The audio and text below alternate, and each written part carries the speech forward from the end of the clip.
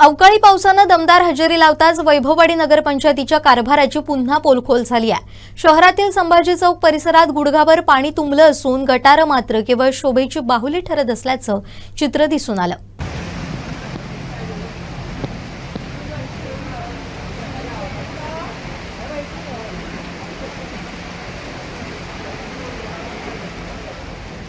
वैभववाडी शहरात तासभर पाऊस बरसला। या पावसात शहरातील बसस्थानक आणि संभाजी चौक परिसरातील भाग जलमय झाला होता।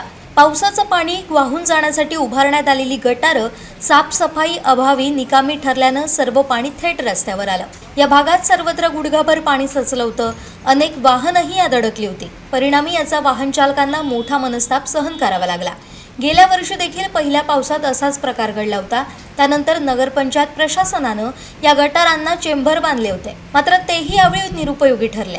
तसेच लाखो रुपये खर्चून बांधण्यात आलेलं गटार केवळ शोभेचं बाहुलं ठरलं।